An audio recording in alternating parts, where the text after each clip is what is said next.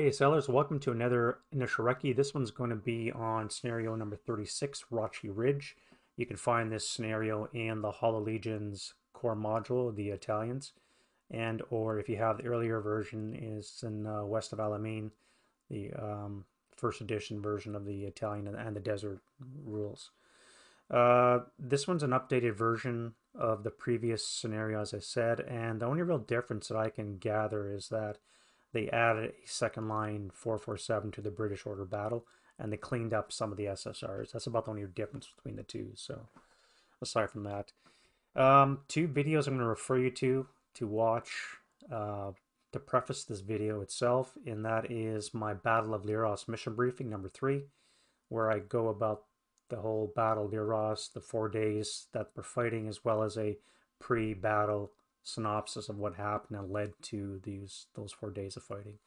And then the second video is going to be my Paradrop one. It's a tutorial I put out using Rachi Ridge as my testing board, and hopefully it'll give you some more insight into how to use Paradrops if you're unfamiliar with how to work them. And if you haven't seen those, again, the link's going to be down below in the description. In summary, basically in late 43, this is November time frame, following the capitulation of Italy on 8 September, Churchill pressed for capturing the Dodecanese Islands, which is a cluster of islands, about 14 primary and a crapload of smaller ones, in the Aegean Sea, primarily the southeastern Aegean Sea, adjacent to Turkey and between Turkey and Greece. The largest island in this complex is Rhodes, and that figured key into the British plans because it had 3 airfields, and from there it could support further Allied efforts to open up, or I should say expand, the second front in Southern Europe. Right now the Allies are working their way up the Italian boot, and Churchill thought that they could open up a second, or again widen up the second front by coming in through Greece and or the Baltic countries. However, Americans were not in support of this, and so the British went it alone, and it wasn't very well supported, and it ended up being a debacle really for the British. Originally, these islands were garrisoned by Italians, and then British units began arriving in September over the course of a couple weeks to liaise with them and secure the islands. So the Italians were primarily confined to their locations. They were still tasked with manning guns or quasi-allies at this point. It was kind of weird. And Germans, knowing that their Italian allies were about to capitulate, had plans in place to beat him to the punch, as it were. So a couple days before the surrender, they, under the codename Axis, they began their taking over of Italian positions and securing the key installations. One of those was Rhodes. So they secured Rhodes and thereby taking that out of the picture. And if you saw my mission briefing, you know exactly where Rhodes lies. And it basically cuts off the rest of the Dodecanese from the Mediterranean, where the British forces were assembling. So they were cut off for one thing. Secondly, it also limited the air support that was available, and you only had about 100 fighters on Kos. However, Kos itself fell on 4 October, which is just a month and a week prior to the Battle of Leros taking place. So 12 November, it's Leros' turn, and a combined attack, which was going to consist of Fallschirmjäger and amphibious forces landing in the northeast, was conducted. Now, due to timing and weather, again, you'll see this in my video, a lot of the amphibious forces did not land on time, and so it was deemed not safe for the Fallschirmjäger to parachute into the center of the island and achieve their objective, which was to secure Rachi Ridge. Once they secured Rachi Ridge, they were going to be able to control the primary, well, really the only road that connects north and south, basically severing the British communications and cutting the island in half. That was the plan. British engaged in a counterattack that day, and it was unsuccessful. The paratroopers were just too tough and dug in on top of the hill, and there was very disorganized resistance to their attacks. The British, again, once the paratroopers had landed, cut those communications.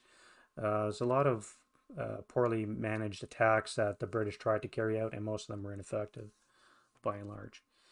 So this scenario that we're going to be looking at is basically the first day of the attack. Again, the paratroops ended up landing in the middle of the day once they had sent more land forces amphibiously, And it was originally supposed to be an early morning drop. Now it's a mid-afternoon drop. So they incurred several losses in the process, which again are reflected in the scenario we're about to cover.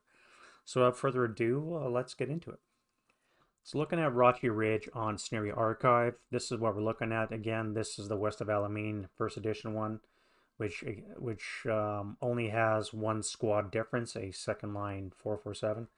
However, three, where the British were winning five from the eight recorded games. Now, if you look at the current one, which is available again in the Hollow Legions module, the numbers are flip-flop. The Germans are 43 and the British are 23. So combined total, you're looking at about 46 wins for the German versus 28 for the British over the course of the scenarios. And that only accounts for, again, the one second line squad added to the British order of battle. So I don't know how many of these were played with the balance, but it's fairly strongly favored for the Germans scenario. So basically, to summarize this scenario, using the Chapter E Paratoop rules, this scenario has the Germans dropping in unopposed for the first three turns, after which the British enter from offboard, and the objective is for the British to basically secure the hilltops. So the hilltops you can see here outlined in pink and black, and there's only two hills, these ones right here, M7 and L7, that are not part of the victory conditions. Essentially, the Brits have to make sure there's no good order MMCs in any one of these pink X's. If they have line of sight to the eastern edge of board 18, then the game is over and the Germans end up winning. So it's paramount that the British firepower sweep at hilltops and try and break them as much as possible. Now, again, this is good order MMC, so that also constitutes close combat. So should you make it to the hilltop as a British player and you can jump into close combat with a unit on the last turn, by all means do so. Hopefully you survive, and therefore that unit will not be able to meet the victory conditions.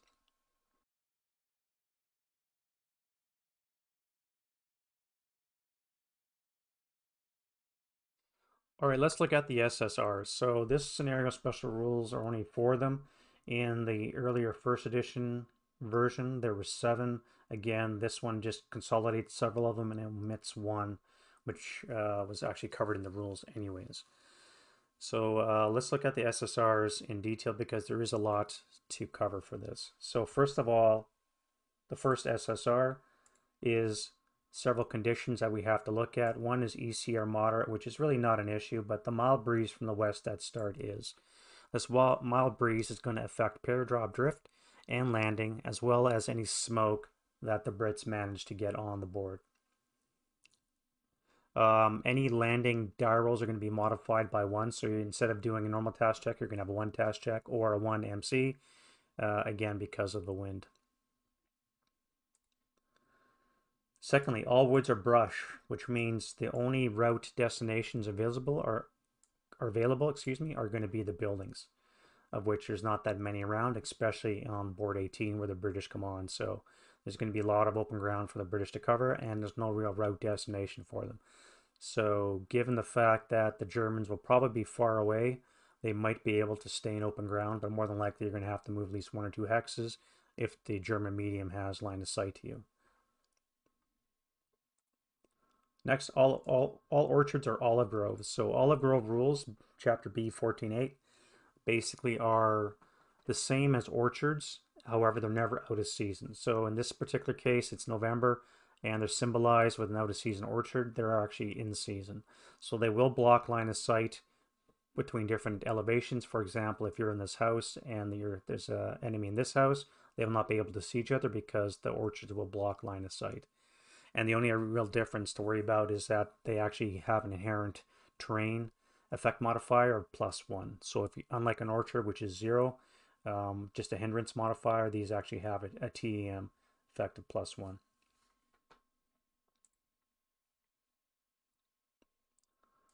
All roads are tracks, Chapter F9. Now, tracks are not roads, as it quickly points out, and that primarily means that there's no road bonus and or dash ability for any infantry. So if you're in this particular hamlet and you're fighting between the different buildings, there's no dashing across roads. The rest of the track rules primarily apply to vehicles from what I can gather, so they're really not applicable here. So just remember, no road bonus, and there's no dashing across roads.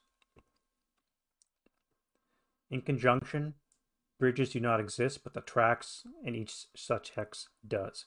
So for example, this location right here normally would have a bridge. The bridge is gone, however the track is still in location.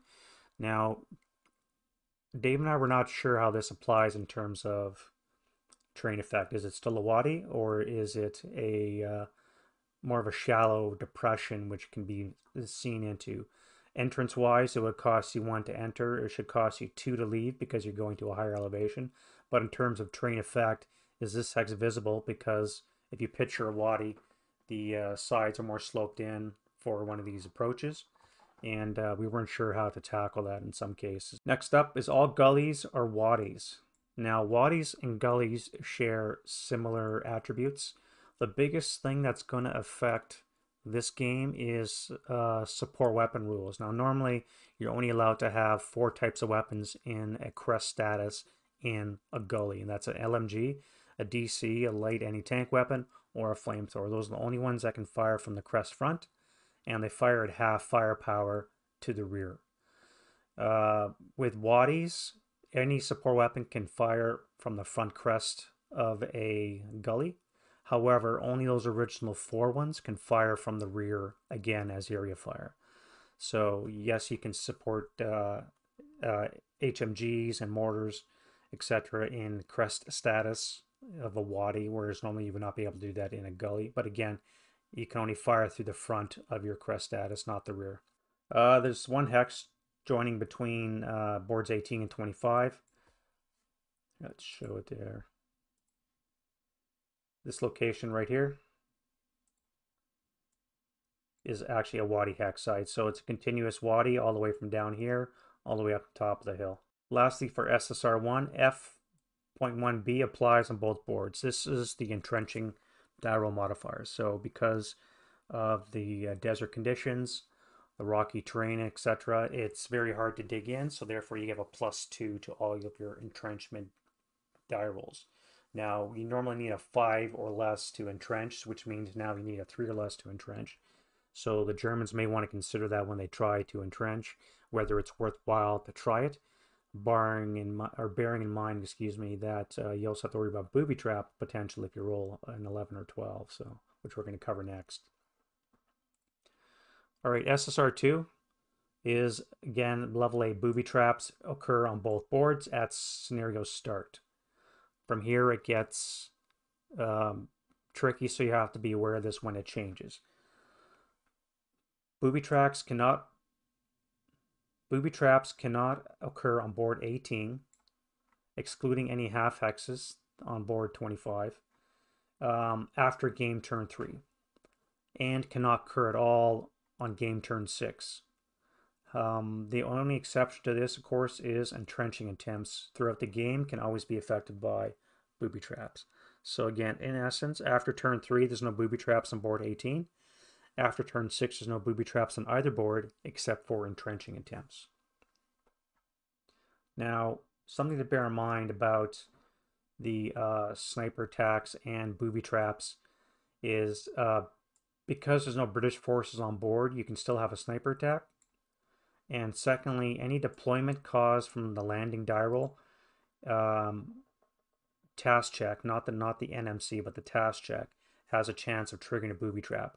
If you fail the task check, you first deploy the units, determining which hex the units are landing in, and then you use random selection to determine which of those targets suffers the booby trap result. And again, this booby traps and high sand represent the long range fire from the 4th Buffs, one of the units that was stationed on the island.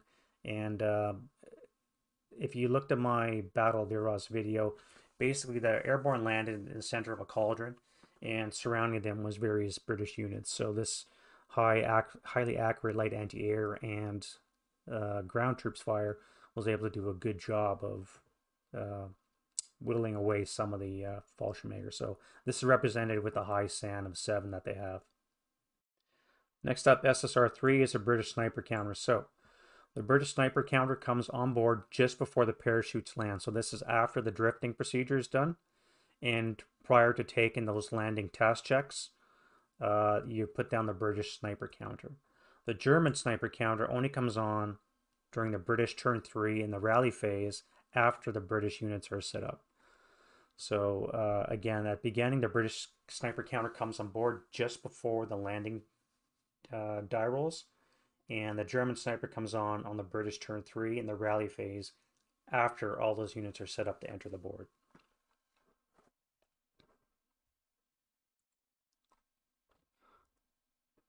And then lastly, we're going to look at SSR4, which is one of the longest ones. However, it's quite simple. Basically, on turn 3 rally phase, if there's any German units, support weapons that are off board 18, they are eliminated.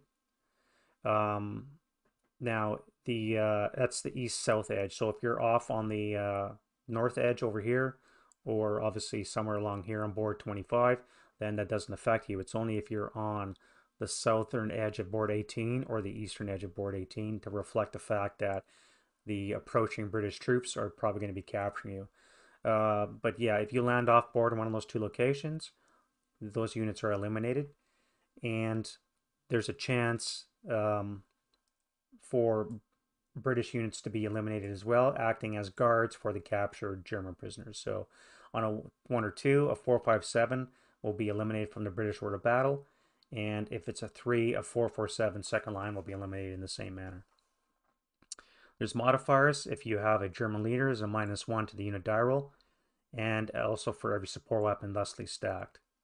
Now, if a British squad is completely eliminated, either its equivalent in half squad or a squad of the remaining type must be used for any further squad eliminated, which I'm not exactly sure what that means. If one British squad is completely eliminated, either its equivalent in half squad. Oh, I see. One squad type. So, for example, if all the 447s are deleted, then one of the half squads for them must be used for any further squad elimination. There we go. So that's took me a little bit of reading to figure this one sentence out, but if one British squad type is completely eliminated, again, you're going to have 13 parachutes. So on a really bad day, if half of them end up off board and are eliminated, you could potentially lose 6 of your 447s if it's a really bad round of die rollings on both part. If that's the case, then you have to start losing half squads.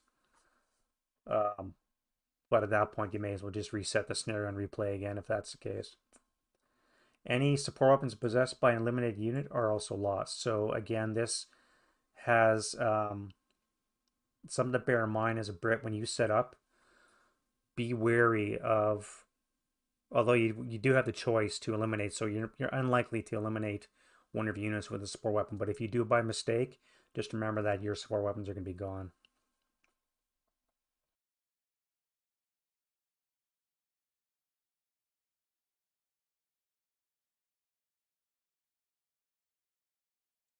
All right, looking at the orders of battle. So this is what the British have to set up. You've got 12.5 first line, you have 7 second line MMCs, and there's 4 leaders. Now this is the main group. These guys will move over to the side. This long range desert group that come on later on turn 4. So in your original assembly, you're going to have 12.5 first line, 7 second line, and 4 leaders. Now support weapons are going to consist of 1 HMG, 2 mediums, 4 lights, and 2 light mortars as well. So in addition, as I said, you're going to have the long-range desert group come on, 2 6.48s, 2 LMGs, and a 9.2. This is going to be a lethal component of your forces, really good for sweeping off hilltops, as well as some fairly long-range fire. Maximum range is going to be 8 on your squads. When you tack on the LMGs, you could be looking at an 8 firepower down 2 attack, as long as you don't have any kind of height advantage, which is pretty significant for a single stack. So as we said, all British units enter on board 18 between the southern edge of board 18 and along the eastern edge. That's the only entries that they can have. Germans, for their part, will be setting up on both boards, potentially depending on where they land. However, again, it's going to be unopposed landings for the first return. So on the British Turn 3, during the rally phase, you set up your forces somewhere along the southern edge of board 18 and or the eastern edge, and from there you move on. Your reinforcements in the form of this long-range desert group come on turn 4, again from either bottom right of 18 or on the eastern edge of 18. ELR for the units, for the Brits, your main body is an ELR of 3, and your long-range desert group elites are ELRs of 5, given their elite status and such. Now, again, the British have a SAN of 7, which, as we saw for the SSR reason, means it's going to be a lot of sniper attacks that you're going to be seeing from the British. So if it comes to doing sniper checks as a German player, you may want to consider doing a sniper check just to lower that number down. I managed to do that in my game just because I had no other target, and it actually worked. I brought it down to a 6, and then I subsequently rolled a bunch of 7s, so I saved my bacon on that regard. Something to consider. Reminder about the British. First line and elites do not cower, so even if without a leader, first line and elites do not cower. Now, if you're a fire group with a second line, then you will have cowering. However, obviously given the way that fire groups work in cowering, it's only going to be those second line troops firepower that should be cowered. And British also get a -1 to any heated battle rolls just for being awesome Brits.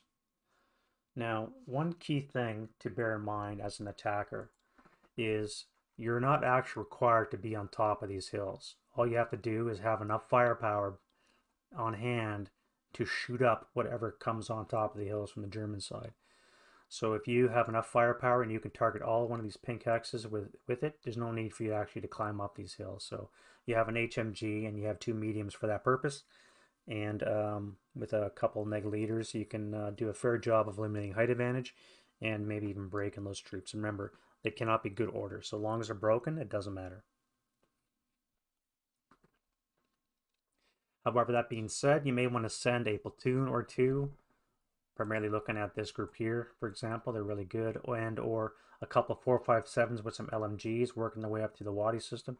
Might not be a bad idea on the north as well, and that way you can actually have a physical presence on top of the hill, just in case there's any last minute units that are just lying off the edge of the board, and they're going to advance on turn 10, and then that only leaves you the 1 fire phase in your turn to hopefully break them, and that's not good odds depending on how much there is. So you likely will have to send somebody up on top of the hill, but again, depending on the German setup, it may not be required. A good position for this unit here is to secure somewhere along this lines of this hilltop, hill 758. Either right on top of level 4, you can reach out to at least 8 hexes, and you can have your LMGs firing out to 16 at half firepower, so we're still going to have a 2 down 2 attack on one of these 2 hills up here, which is still fairly effective with the down 2. So you could do a couple of those shots, and next thing you know, these 8 morale Germans start to fade away with no other protection, possibly entrenchments, but likely they're not going to be entrenching. Now your British mortars, one of the only other support weapons that concern us here, have ammo depletion number.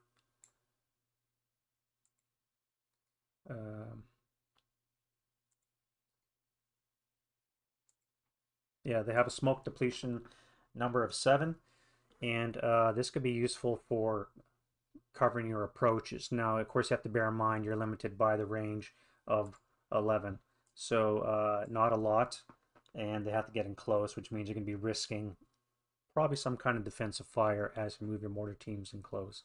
However, if you give them other juicy targets, less likely to target those. And once these guys are in position, they can start popping smoke. Again, 7 smoke exponents, not that bad.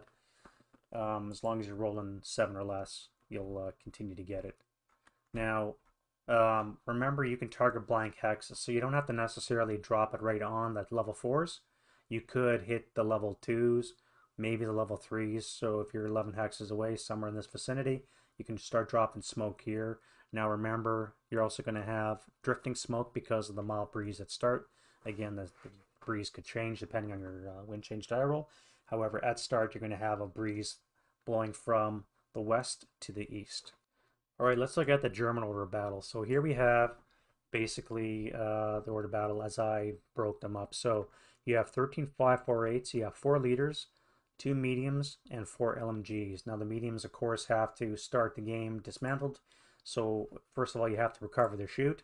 Then you have to find out what it is. You recover the weapon, and then you have to assemble the weapon in a fire phase. So it's going to be a while before these mediums become functional. In the interim, you can use them as a light, given the German capability. You can use it as an LMG for 3 firepower with an 8 hex range. And again, if you look at my Paratroop tutorial video, you'll see I've broken these down into wings of 5 sticks. And there's only one wing that can have less than 5 sticks, so I'm forced to have 3 squads separate. And I broke up my leaders so that at least a couple leaders land with each stick. Support weapons are all deployed in the half-inch parachutes. Again, when it comes time to do your actual drop, these must be assigned to specific units to go out with the doors with those wings. Now, they drift separately from their chute, so it doesn't matter which one you put it with. It's going to be doing its own random location drifting die roll.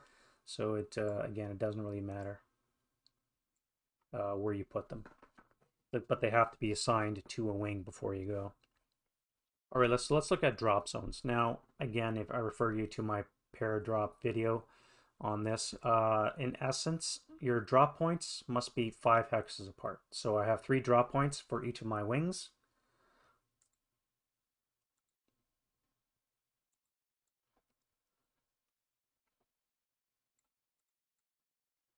Pick 3 spots where you put them.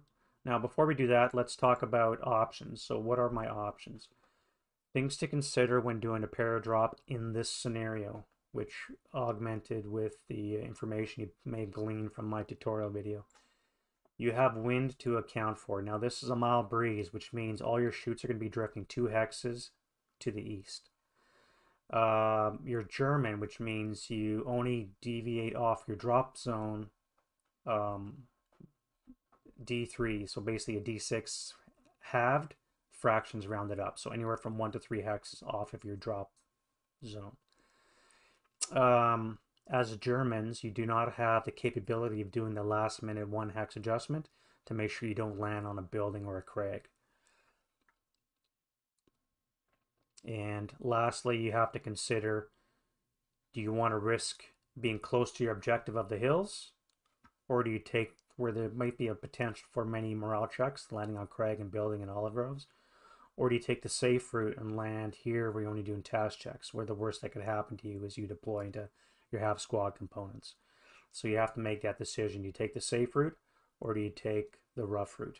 So why I would choose the rough route, and which is what I did in the one playthrough we've done so far, is it's closest to your objective, which means that you have 3 turns to assemble your units, recombine if possible, find all your support weapons, and get some kind of footprint on top of these hills. If you're in the process of landing here and the Brits are coming on and you're not quite organized, like happened to me, one of my sticks ended up on this board, then they're not going to be in position to really help your endeavor on top of the hills. They're going to be stuck forward.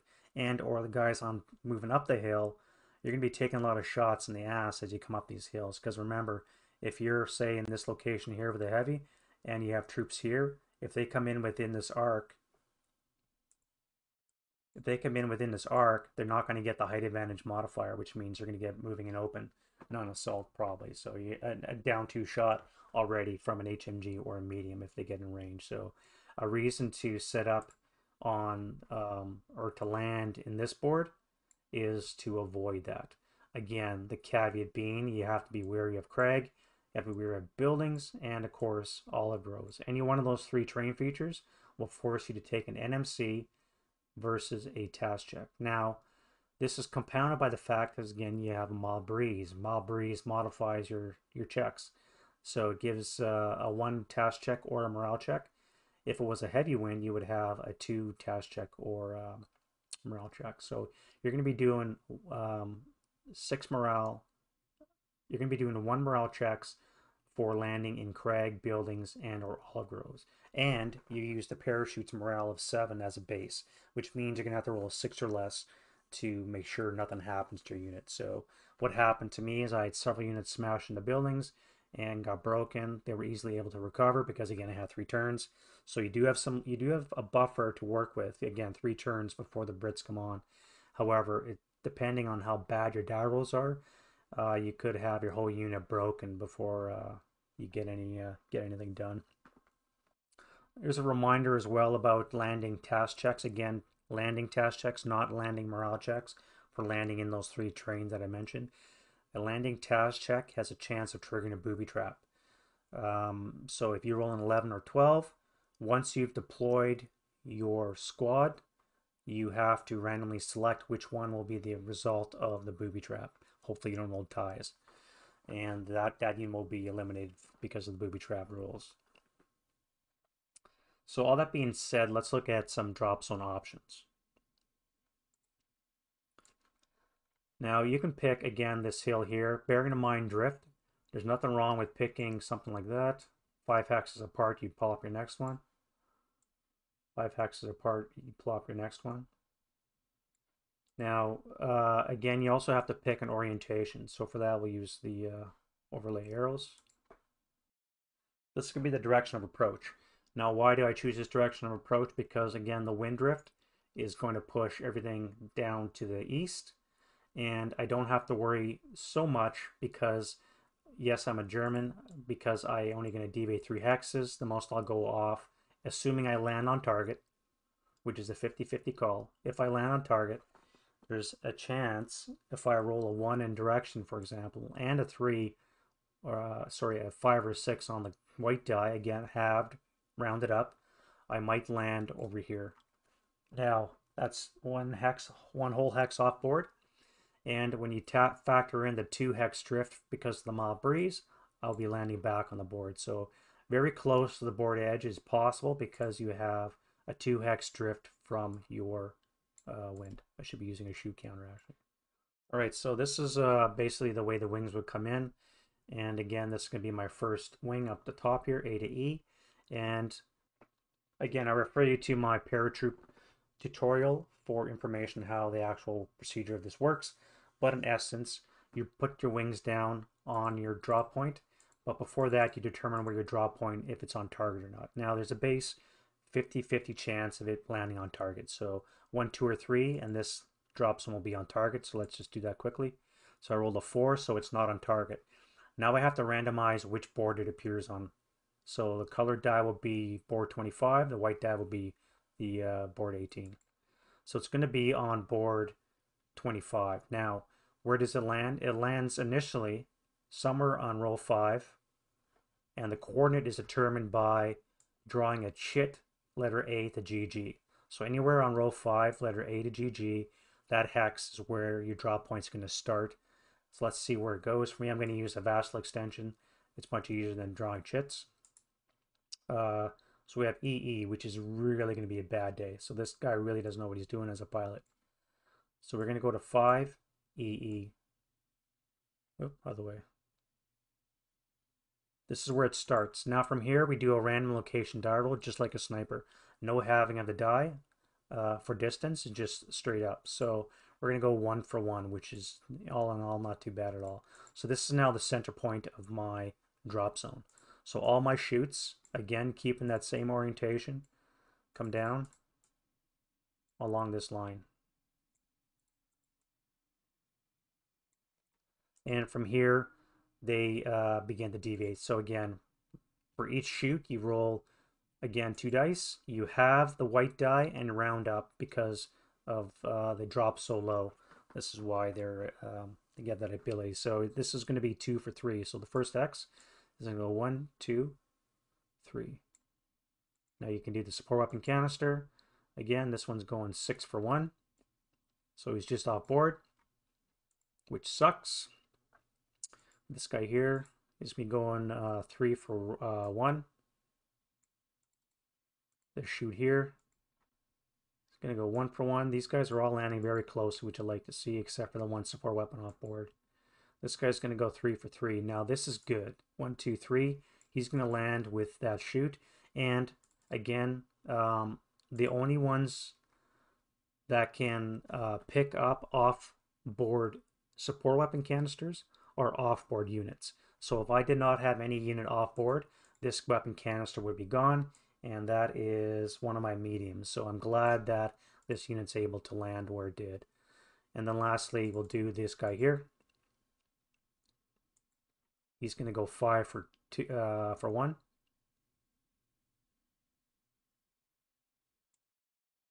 Should be that way. And then this last guy here, he's going to go 4 for 2. So all in all, that's not a bad dispersion, and I get him where I wanted to. Now, when it comes to landing die roll, again, they all move 2 hexes to the south. 1, 2. And from here, you roll to see if they encounter any rough terrain. So looks like it's only going to be task checks. Yes, it's only task checks. So these guys got off really easy for not landing on their original drop zone, which again was up here. So that's just an example of how the drop zone works. And you repeat that process with each one of these. So with any luck, depending on your strategy, whether you go for the safe route to land on board 18, or you go for the more risky route to land on board 25, you could be lucky like this. These guys are well in position to secure hill 758 and or start moving to the north to take up residence on these hills here. And even if these other 2 chalks end up on different locations, at least you have some forces that might end up. On the other hand, if you land on crags, you start taking morale checks. Buildings, olive groves, you start taking morale checks. And you could have a really bad day to start off with. Remember, you have 3 turns to organize your forces, find your support weapon canisters, assemble your weapons, and then get moving up the hill. And the Brits come on their turn 3. So, and one last reminder: any units that are off board at the beginning of the British turn 3 will be eliminated, with a corresponding chance of eliminating a British unit as well.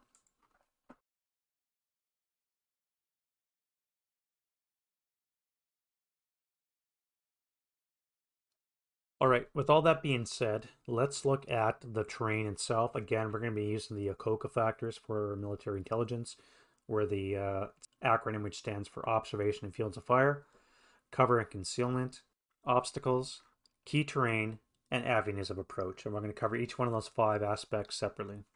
So first up, we're going to be looking at Observation and Fields of Fire. Now, as you can see, the map is quite wide open. Excuse me. The only real blocked lines of fire might be from cliff to blind hexes.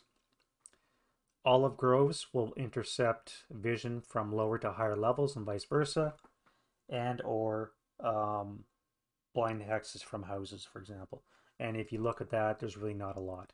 The safest route obviously is going to be a lot of use of wadis, possibly gaining crest status for a defender, just to give you those options, and or an attacker if you want to have some kind of covered fire base from which you can bring fire to bear uphill. So for the Germans, provided you can set up your 2 mediums somewhere up here in the hilltops, you'll have excellent fields of fire. Some good vantage points that you might want to consider is one of these 2 level 2 cliff sides, and or maybe R5. You have M5 and possibly F5 as well. These offer good vantage points and a little bit forward of the positions. Now, assuming you can hold these positions, this one here is not too bad. You're in crag. Yes, you have height advantage, which is eliminated if anybody gets a level 3, which again is only available here. However, being in crag still gives you some kind of cover from a level 3 shot over here. You can just advance on your turn 10 up on top of the hill to deny the British their victory objective. Again, you're leaving the cover, but you're going to get half the +1 height advantage, assuming you don't get shot. Move into crest status, and you'll be protected with a +2 as well. So it's not a bad position. And it offers you nice fields of fire to shoot up anything that decides to come close to you. Now, if setup can be achieved before the British get established, obviously it's going to hinder their attack, and which is again primarily going to be through the open ground. The German MGs have a range of 12, so if you stack it with your neg 2 or one of your neg 1 leaders, it can be very effective especially you're looking at a long range 4 down 4 shot. I mean, that's it's almost suicidal to try something like that unless you tend to roll high and then you take your chances. You may want to consider as a German having some kind of screening force in front to act as a speed bump. So while the majority of your forces should be up here, I see nothing wrong with having a squad and LMG maybe in this building, just to help keep him moving from the road. Keep him moving from the open as much as possible. He's going to have to be careful on how he approaches it. He's going to have to move into various positions to try and eliminate you, because only once you're eliminated can he then move past you. This hamlet here is also a nice target with its stone buildings. The only drawback to this as a defender is once the British show up in force, it's going to be very difficult for you to get out of this cluster of buildings and up on top of the hill. So your speed bump is going to be there probably to die. Now, you don't want to dedicate too many forces, but you may want to have a couple forward just to slow them down. In my playthrough with Dave, I actually had a half squad that was slowly working its way. I think I made it over to this location up here before it died. But it was trying to find a support weapon that landed just on board here or over here. And eventually it was retreating basically half a step in front of the Brits until eventually it died. However, it delayed the British general assault to that area because it's a half squad, and you cannot just go charging up to a half squad with its 2 down 2 shot. It will still do you some significant damage. If you cannot set up your MGs up high, you're going to be limited by the 4 hex normal range of your squad. So remember, you only have 548's maximum 8 hex range, and that's at half firepower at 5 to 8. So you may want to make sure you get your mediums up high as quickly as possible, and just bear in mind that your mediums are probably going to be taking the brunt of any defensive fire from the Brits, because they have to eliminate those so they can cover their own approach. Now for the British, again, it's basically the same thing. Again, wide open. Yes, the Germans might have height advantage, which is a +1, but you've got a 9-1 and an 8-1, and your long-range desert group has a 9-2. That's a significant reduction of that height advantage, makes it a flat shot at a minimum, maybe a -1 if you're the 9-2. And that has a good chance of breaking. Even A-morale troops will have a chance of breaking if you can get enough shots downrange. Your HMG and your 2 mediums can safely sweep the hilltops with their 10 and 12, with the 12 and 14 hex ranges. And again, if you stack it with a neg leader, it eliminates the height advantage.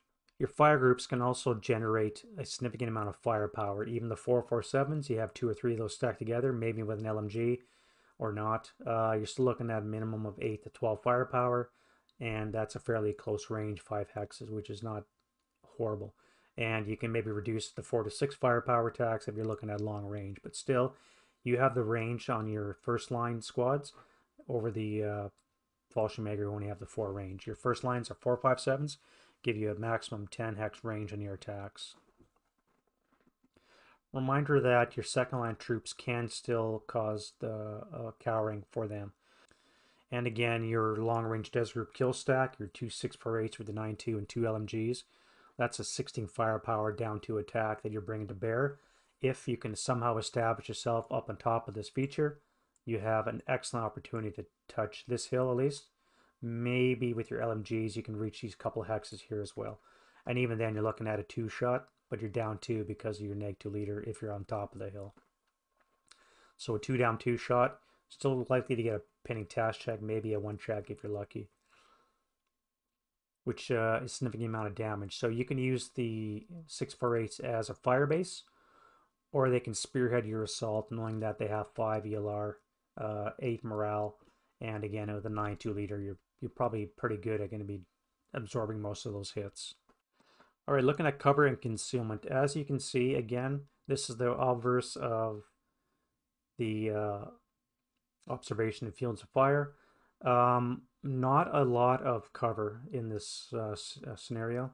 You do have, as a defender, you might get height advantage, and or the attacker, if he makes it uphill, you might get height advantage. You have a couple of buildings, but not many. And aside from that, you have hindrances from the brush. Again, if you get into the wadis and your crest status, you can have a +2 terrain effect. Or if you're inside the wadi, you may not be visible, in which case you won't get shot, and you can have an unobstructed approach to the objective. So for the British, remember to use those wadis to your advantage whenever possible. It will help you get close to the hilltops. You'll have your support weapons. Some are back here, maybe in this building here, raining fire up on top of the hill.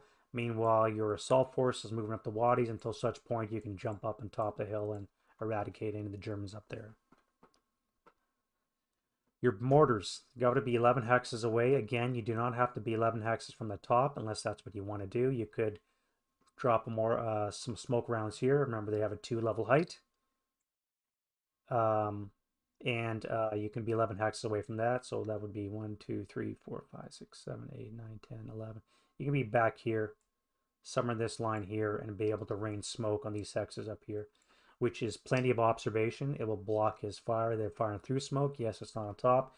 However, it gives you some cover so that your forces can start moving and not taking those -2 shots moving in through all that open ground. And you also have to bear in mind that although it's probably not advisable to use it because it's so low, you do have a chance using smoke. You have a 2 smoke exponent on your first lines as well as on your elite units as well. So between 13 squads, you need a 2 or less to get smoke if you want to use it. Again, it's unlikely to be used because unless you're just moving 1 hex at a time. However, you don't have to really have the time to take your time, if you know what I mean.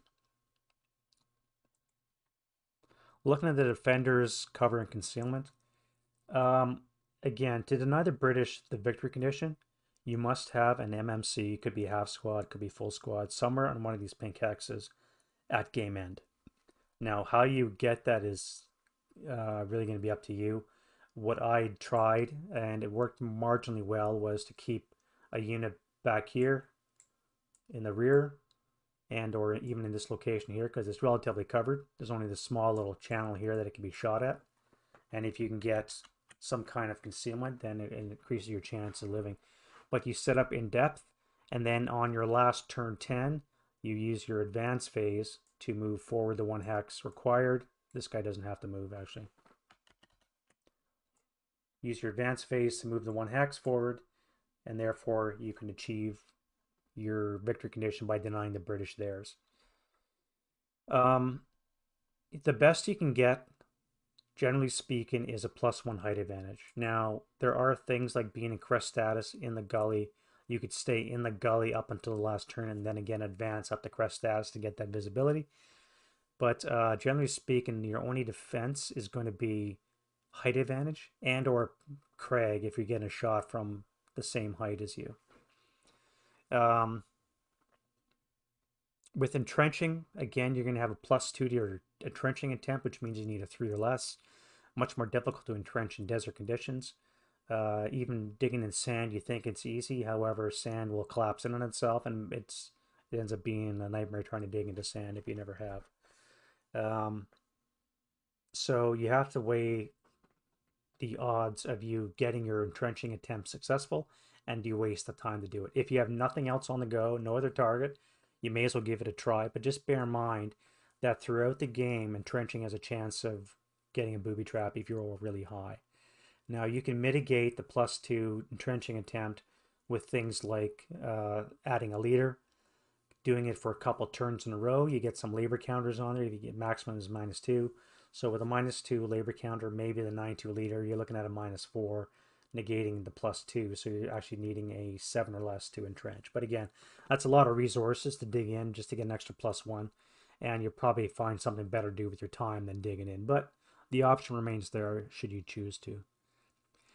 You should also bear in mind that your height advantage will likely be mitigated by the British leadership.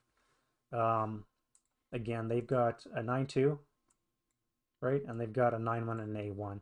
There goes your height advantage. And if it's a 9-2, you're actually at -1, even if you're on a higher level. So don't depend on your height advantage to save your bacon. And yes, you have an 8-morale troop. However, there's still chances if they take enough fire that they're going to be breaking. So something you have to bear in mind. And then you have to make the decision again. Do you hang in rear where you can't be shot on using that plateau effect, where you cannot shoot yourself and slow them down, or do you come forward? Because again, if that's the only problem with hunkering down in the rear in these hexes here, you cannot bring fire to bear as they approach. So before you know it, they're going to be swarming you on top of the hill, almost completely unopposed, which of course you can't do. So you're going to have some kind of combination of hiding in depth, maybe a half squad as your victory condition denier, or maybe a full squad if you can afford it. But generally speaking, you're going to have some units. Most of your units are going to have to be forward to whittle away the Brits as they approach. You again go back to the speed bump option.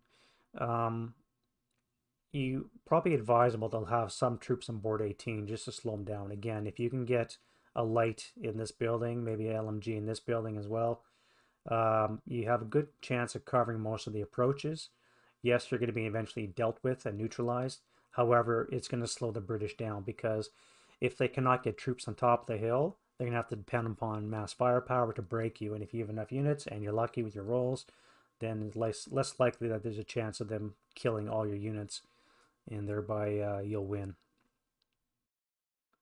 All right, let's look at some obstacles. Now, generally speaking, obstacles are not going to be an issue in this one.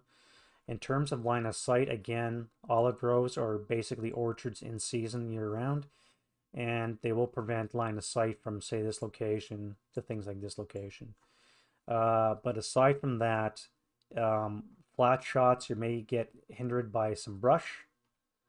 Uh, you have the +1 hindrance for the olive grove itself on a level shot, and or walls and such, which are not too many. So generally speaking, there's really not a lot of obstacles that are going to impede you.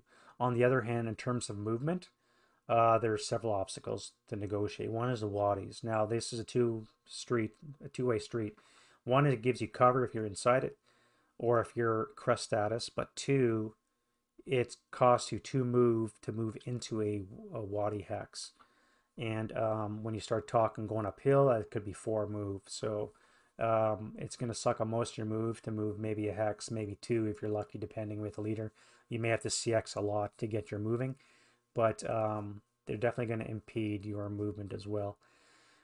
Cliff hex sides. There's plenty of cliff hex sides, especially in the south, which are going to impede movement from south to north. So if, for example, the Germans are strong in this position here and a British attack pushes them off, now you have a large British force in this location.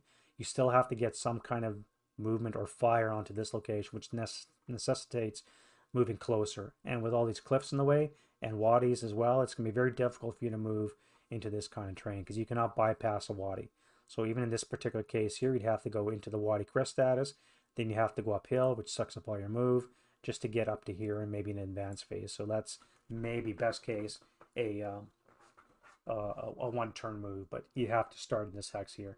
Any further back without CXing, you'll have to take a couple turns to move. And again, the longer it takes you to get troops in position as an attacker, the harder it is for you to achieve that objective for keeping the Germans off the hilltop. Last thing regarding obstacles, again, some things are going to impact paradrops. We have our olive groves here represented by out of season orchards. We have Craig, which there's plenty of on board 18, and then we have buildings themselves. All those will affect your paradrops and cause morale checks and not task checks when you land. All right, next up we have key or decisive terrain. This is terrain that is key and vital to securing your conditions, whether you're a defender or an attacker. So if you lose this terrain, then you're likely going to lose the game. So defenders should have some troops screening the approaches. Again, you have to have some units forward, either in these locations, possibly something over here in one of the wadis, maybe crest status over here, for example, just so you can keep guys from moving willy-nilly in the open.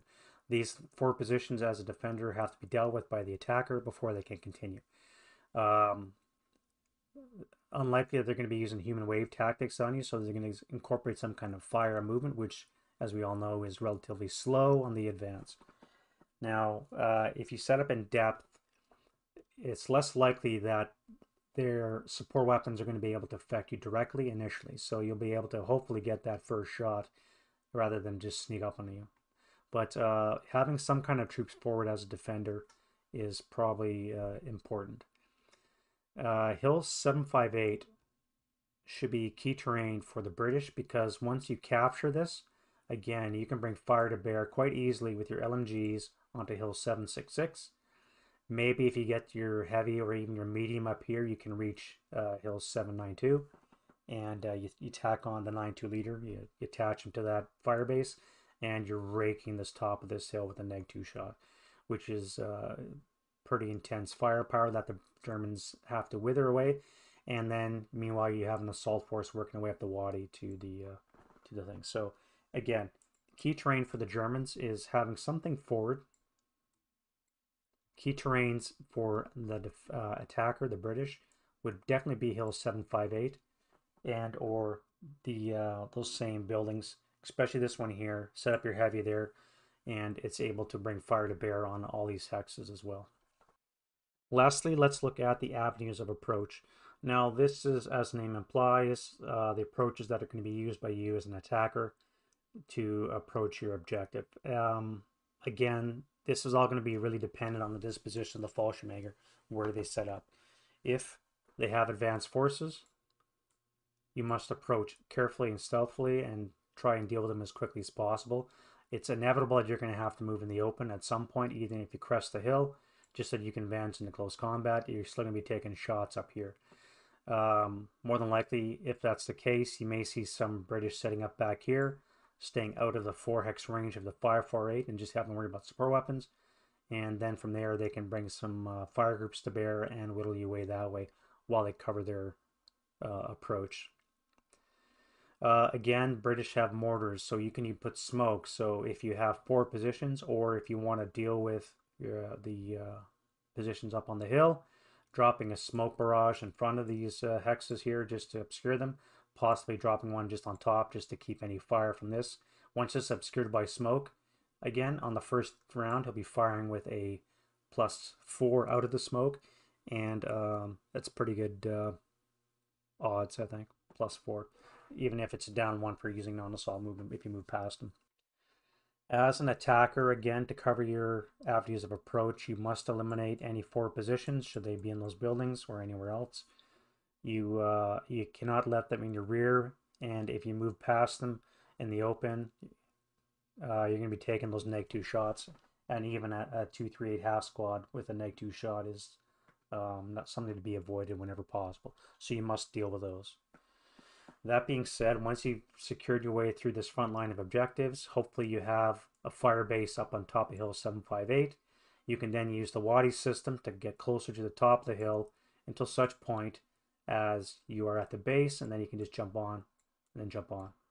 And with the smoke screen, fire base, and your fire groups from down here bringing down fire on the Germans, you should have a good opportunity to bring your troops forward and crest the hill. And then lastly, again, this fire group right here, the 2 648s for the 9.2 and the 2 light machine guns, 14 hex range with a 2 firepower attack with a neg-2 leader is still a chance of whittling away Germans, especially exposed on top of a hill with a neg-2 shot. Now, if you can get closer, obviously, you're looking at 16 firepower, let alone if you're adjacent. Remember, you do have assault fire as well, so you can always use that on the attack.